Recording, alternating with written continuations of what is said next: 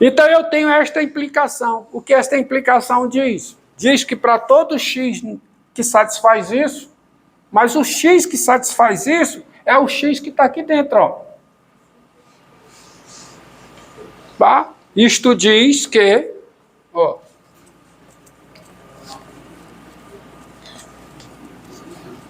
isto diz o quê?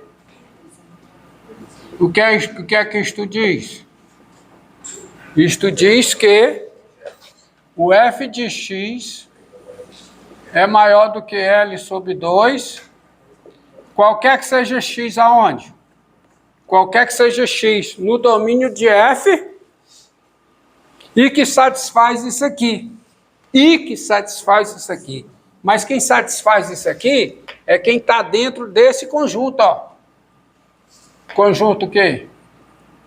P menos delta P, união o quê? P mais delta. Portanto, está na intersecção dos dois. Ou seja, toda função que tem... Esse é o chamado teorema do limite positivo, tá? Recebe o nome. É olha as notas. Teorema do limite positivo.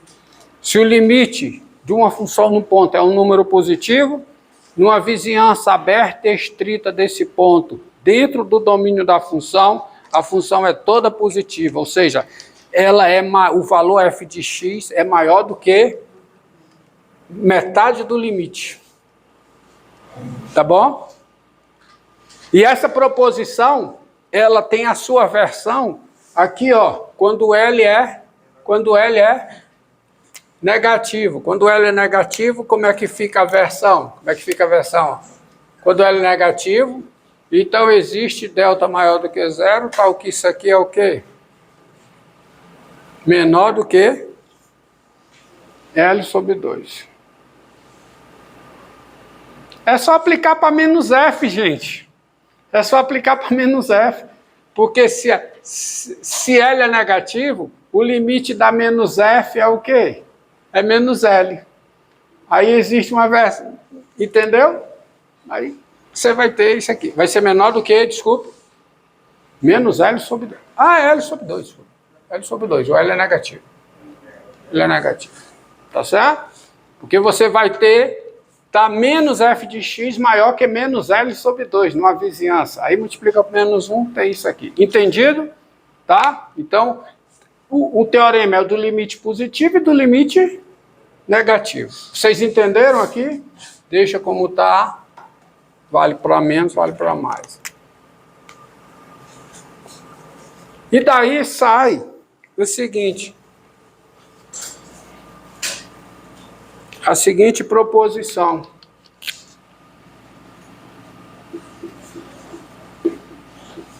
Proposição.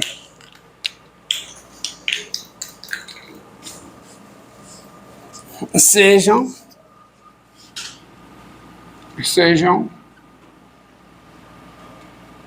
f uma função, p um ponto de acumulação do domínio da f e L um número real. Se L é o limite de f de x com x tendendo a p e L é diferente de zero, então o L é o limite com x. Então, o limite do inverso multiplicativo da f, que é 1 sobre f de x, né? Com x tendendo a p, é igual a quê? A 1 sobre l. O limite do inverso multiplicativo de uma função no ponto é o inverso do limite. Mas isso se o L for diferente de zero. Romildo, vem cá, por favor. Aqui você não botou que o ponto tem que ser um ponto de acumulação da intersecção dos domínios. Então, segundo essa lógica, o ponto P teria que ser um ponto ponto de intersecção não, ponto de acumulação, né? Voltamos aqui, ó. Aqui o ponto P tinha que ser um ponto de acumulação da intersecção dos domínios. Então, seguindo essa lógica, aqui o ponto P tinha que ser um ponto de acumulação do domínio de 1 sobre F. Só que não precisa, tá? Aqui é isso mesmo. É P, é um ponto de acumulação o quê? Domínio de F. Sabe por quê? Porque se o L é diferente de zero, esse limite é positivo ou é negativo. Isso significa que numa vizinhança aberta e estrita de P, a função ou é positiva ou ela é negativa. Então eu posso me aproximar de P dentro do domínio do inverso multiplicativo da F. Ou seja, se o P está aqui dentro e L é diferente de zero, então a primeira conclusão é que o P pertence a isso aqui, ó. E vale esse limite. Ou seja, o P é ponto de acumulação do inverso multiplicativo da 1 sobre F. Porque eu vou poder me aproximar de P dentro do domínio da F, aonde a F é diferente de zero. Por causa do teorema do limite positivo. Então eu tenho isso aqui. Ou seja, daí agora vocês já podem usar e a definição justifica isso, já podem usar coisas como tipo aqui, limite com x tendendo a 3, de quanto? De 1 sobre x2 mais 1. Quanto é isso? Tanto pela intuição quanto por essa proposição. Quanto é? É 1 sobre o limite disso. Quanto é o limite disso? 10. Tá certo? Entendido? Limite com x tendendo a 5 de 2 sobre 1 menos 3x2, por exemplo. De 1 menos 3x2. Quanto é o limite disso? Lembra, isso aqui é uma constante, né? Isso aqui é uma constante, ó. Constante 2 vezes a função. Constante 2 vezes o limite da função. Qual é o limite do de baixo? Qual é? Quanto é o limite disso aí? Menos 2 sobre 74. Né? Que dá quanto? Menos 1 sobre 37. Tá certo? Porque isso aqui é uma constante. Constante 2 vezes o inverso multiplicativo. E qual é o limite de uma constante vezes uma função? É a constante vezes o limite da função. Entendido? Aí, esta proposição aí, essa proposição aqui, dá o seguinte corolário.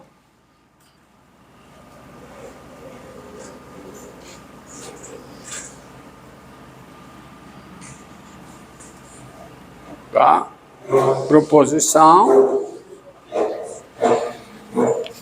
Proposição.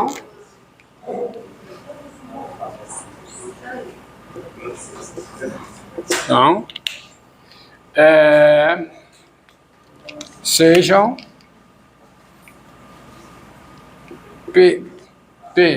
sejam FG funções,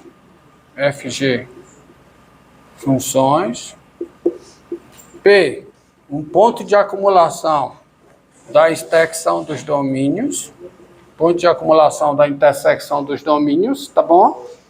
Então é ponto de acumulação de cada domínio individualmente, e L e M números reais.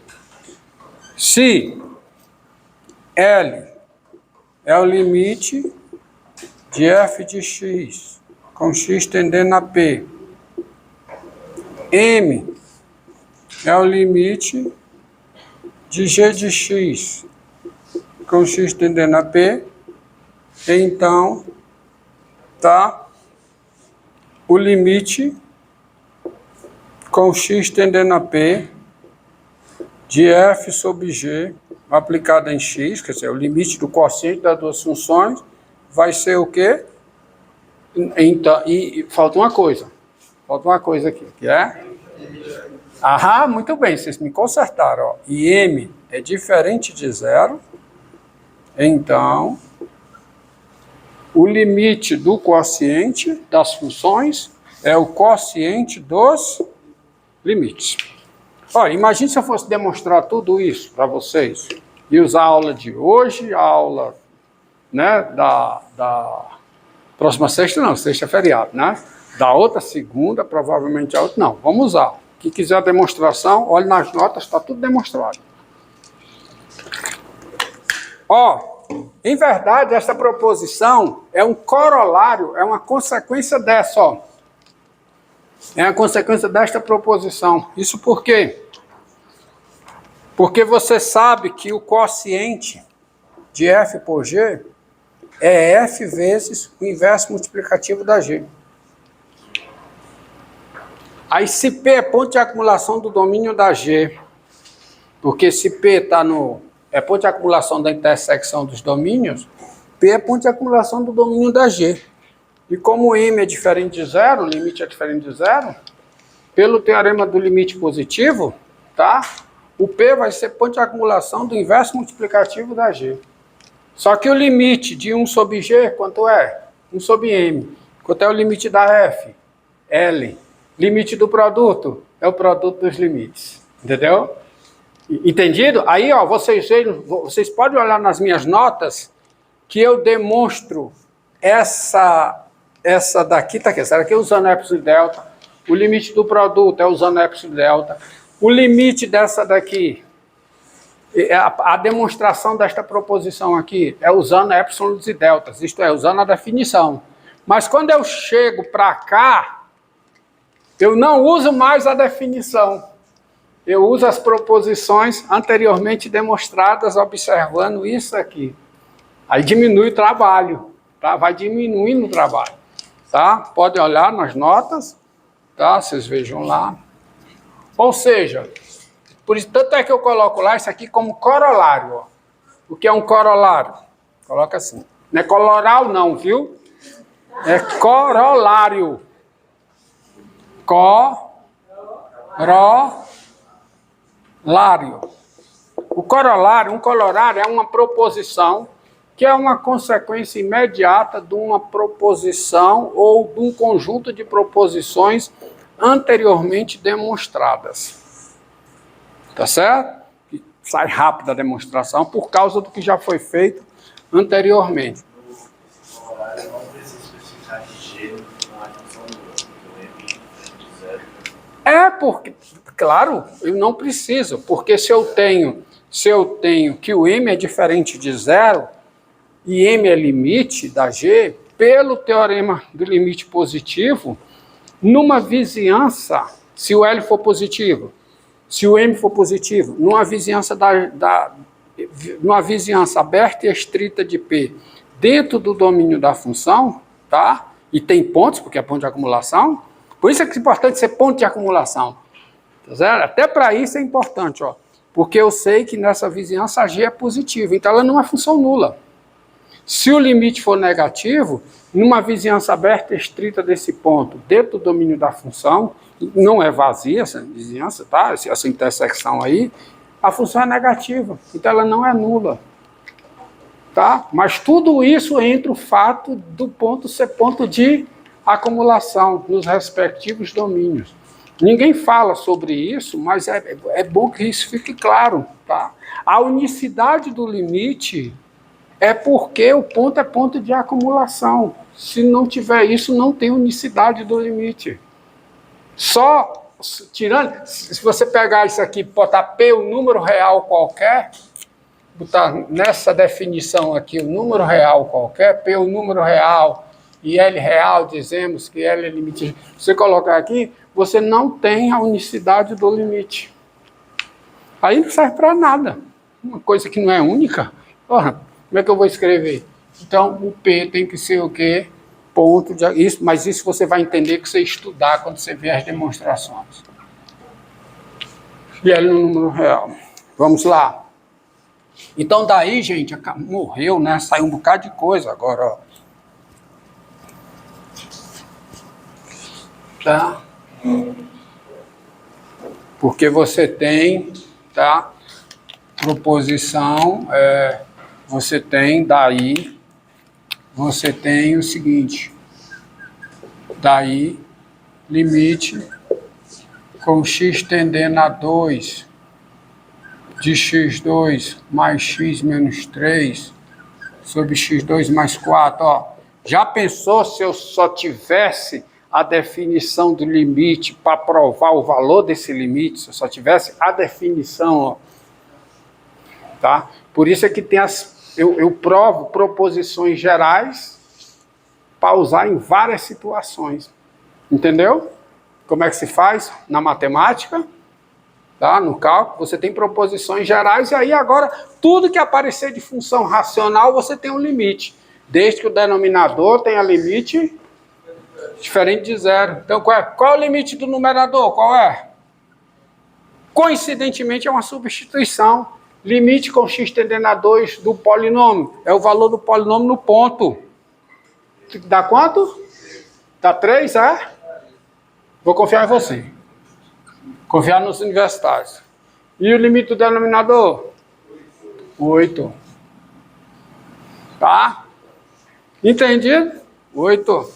Limite com x tendendo a 4 de 1 menos x sobre x2 menos x3. Quanto é que dá isso? Dá quanto?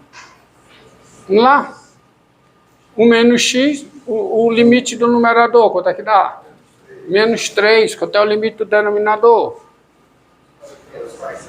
Menos 48. Simplificando isso aqui dá quanto? 1 sobre 16. Vou confiar nos universitários. Entendido? Entendido aí? Agora, limite... Se eu quiser provar esses limites, eu poderia primeiro provar o limite? Não, eu já provei usando essa proposição. E usando proposições anteriores. Se que eu quiser provar, não, eu já provei. Eu só estou usando. Eu já provei as proposições. Então as proposições eu as uso para calcular os limites. Essas igualdades aqui são verdadeiras por quê? Por causa das proposições que dizem que elas são verdadeiras. Você está entendendo o que eu estou fazendo? Então eu